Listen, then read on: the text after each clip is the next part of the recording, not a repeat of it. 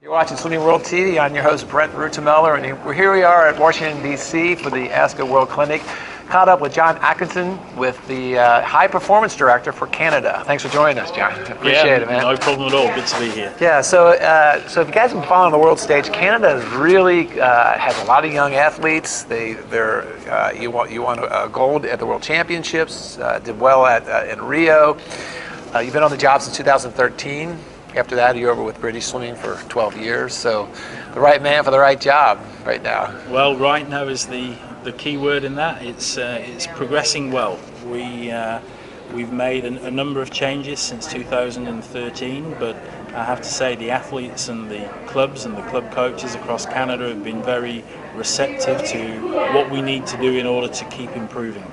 Yeah, so we talked a little earlier, and one of the core things that came away from me was your foundation for communication and how the structure of how the coaches will work together is paramount versus the end result of the athlete. So let's talk about your philosophy on what are you doing to improve the communication among the coaching staff and Sure. similar goals. Well, one of the first things that we did was establish that we wanted to be the best prepared and best planned nation.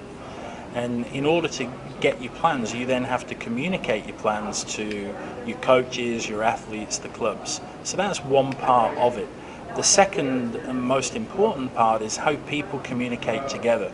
So we've done a lot of work in coach education about how coaches communicate with themselves, with athletes, with the National Federation, and we're working continually on trying to make sure that they are really working well and issues that could potentially be there are addressed before they become issues.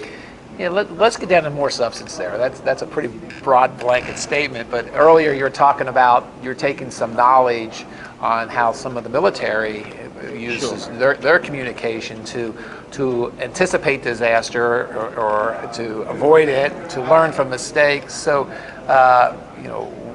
talk about what you're doing from those lessons and how you're carrying those over. So a good friend of mine is Coach Patrick Miley, father of Hannah Miley. There's a name for you, folks. And I've worked with Patrick over a number of years, and Patrick flies helicopters, or flew helicopters before he became a full-time coach in the last couple of years.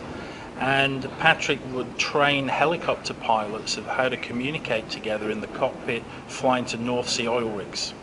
So what we had Patrick work out, what we had Patrick work out for us was, instead of this course that he gave to helicopter pilots called crew resource management, we changed it into coach resource management. Okay.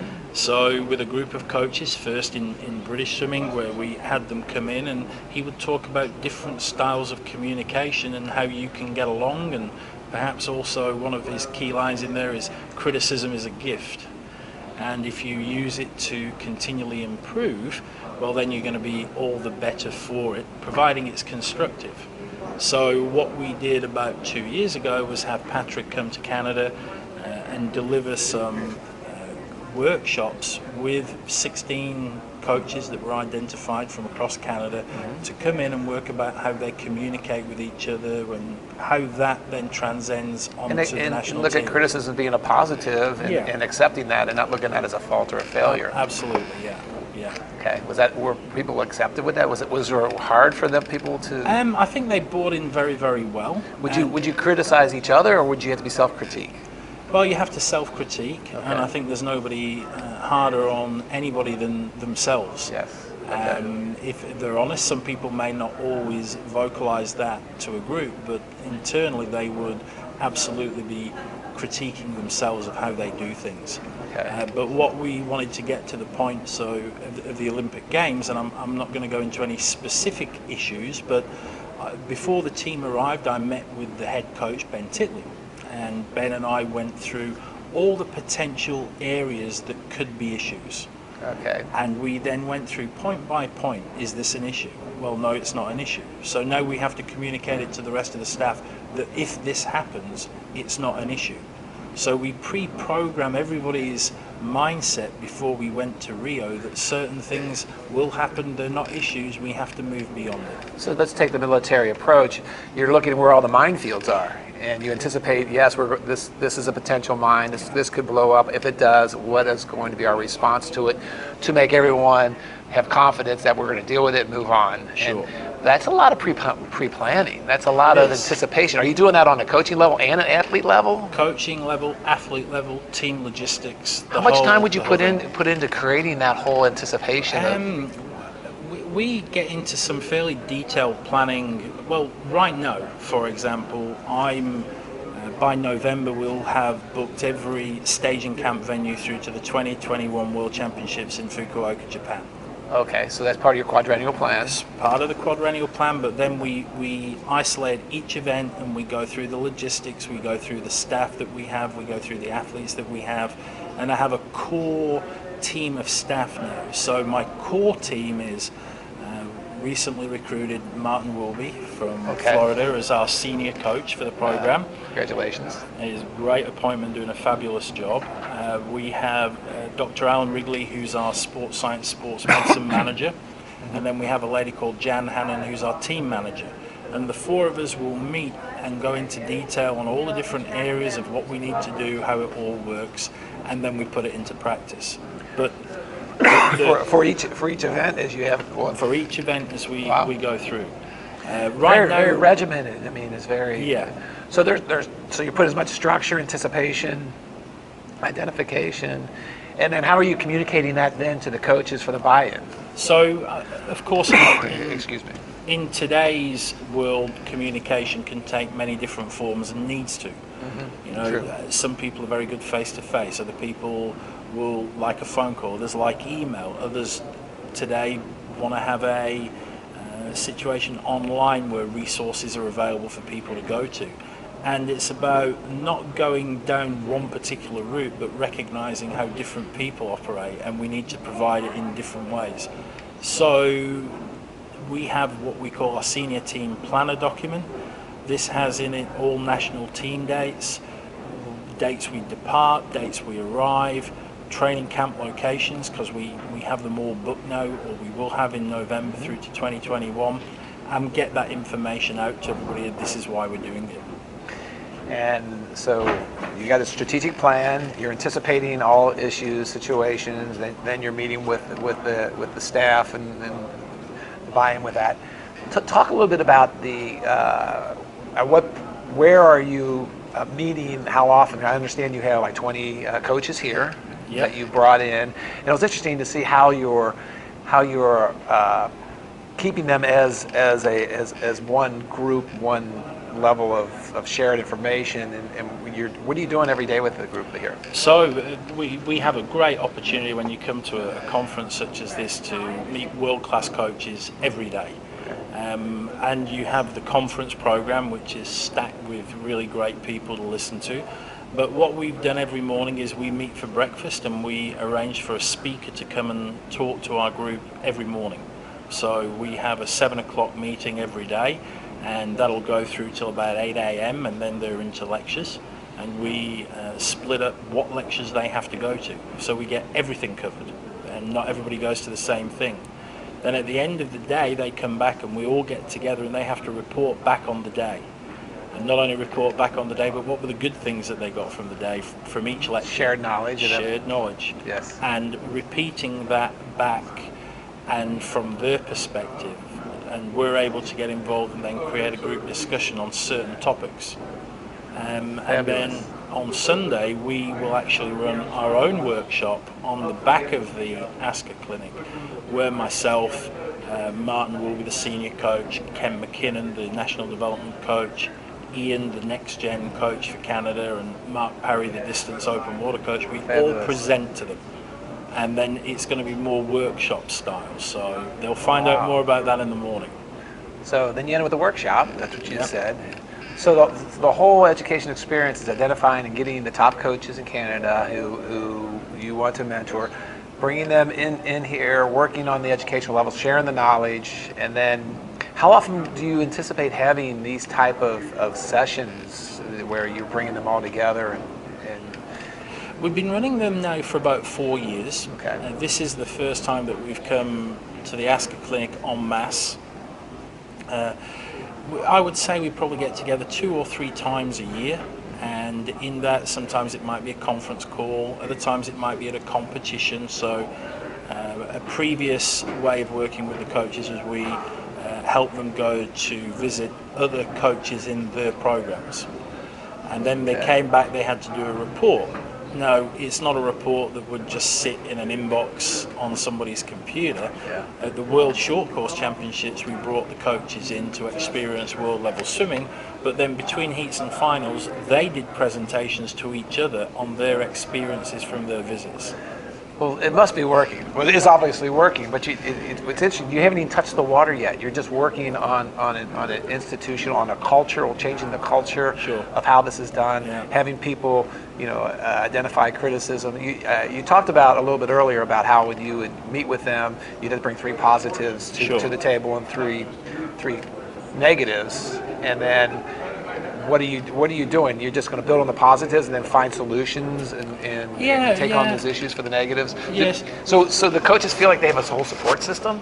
Well, coaches, athletes, and the support staff, everybody is part of it. So every national team that goes away, the initial part of the debrief is what we call a 3+3. And as you said, it's 3 positives that we're doing well and keep doing. Okay. And it's 3 things that could be negatives, but we call them areas to improve. Okay. And then what we do is we will crunch the numbers, look at what's been said, and we've taken some things from that, implemented it, but the crucial part is feeding back to each person that has been part of that process. So we may go back and let's just say they say you run too many team meetings. Well, we may say, well, we need team meetings to communicate the message. We recognise we're going to place them more strategically in our staging camp and at the competition, but we're still going to have them because we need them.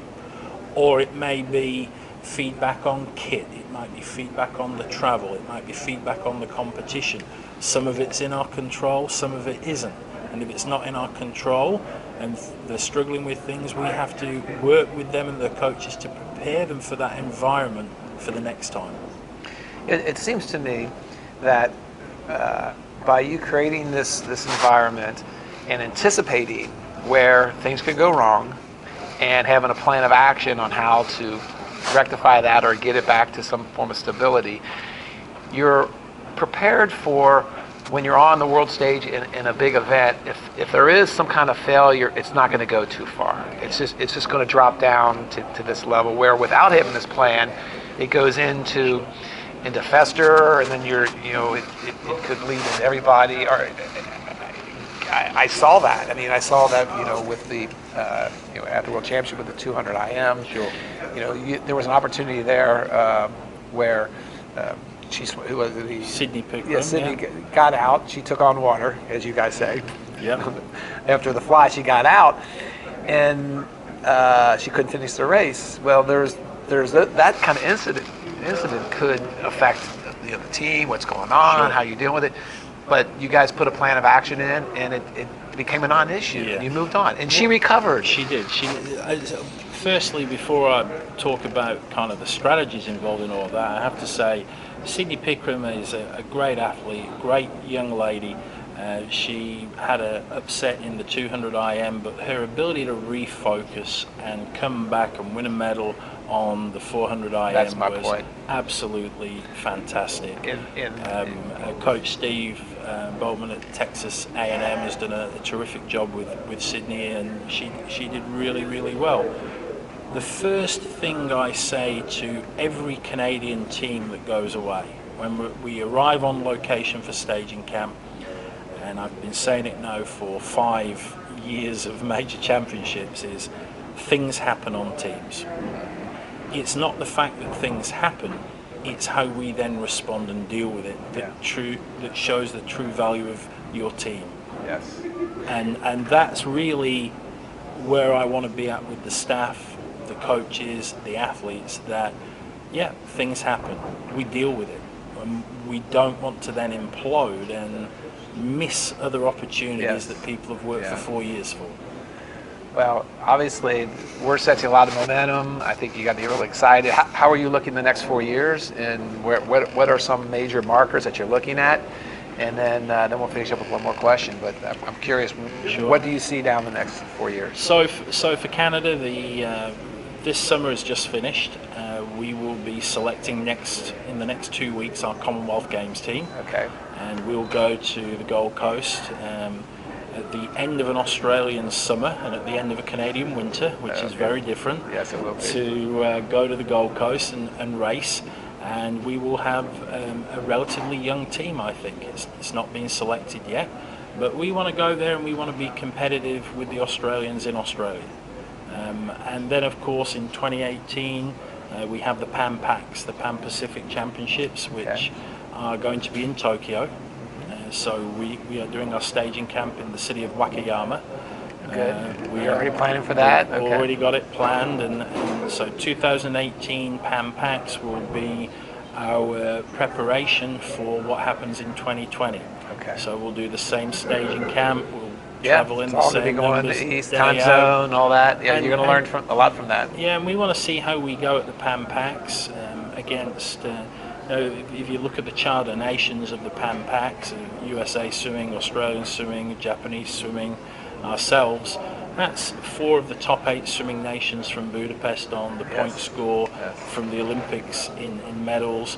It's a tough competition because you can have unlimited numbers swim heats, but you can only have 3 progress to either the A or B final. Okay, so it's another learning moment for the next generation, good stopping point. And in Japan, so that's where I'm looking in 2018 to see how we perform under those conditions. Okay. And then we're into Worlds, and it'll soon be the Tokyo Games. Fabulous. So with a country of 35,000, is the pool of talent there? Where are you looking at the demographics of the country? Sure, I think Canada's very expansive and with a relatively small population for the landmass. Okay. So moving people around is a lot more difficult than when I was working with British swimming, for example. But I think what we have some really good talent, but we have to be very strategic in what events and what athletes we invest in. We can't give everybody everything. There isn't enough budget to give that to everybody. So what we are doing is looking at strategic investment in events where we have a profile trending towards being on the podium. Okay. Great. Well, we're real excited, and I think the world's watching, and you got a lot of young talent, and fascinated by your philosophy, and it seems to be working. So we're going to keep pushing it along, and we'll see where we get by Tokyo. But thanks very much. Well, thank you, John. And this is Brent Rutemiller with Swimming World TV saying, if you want to win, first help someone else win.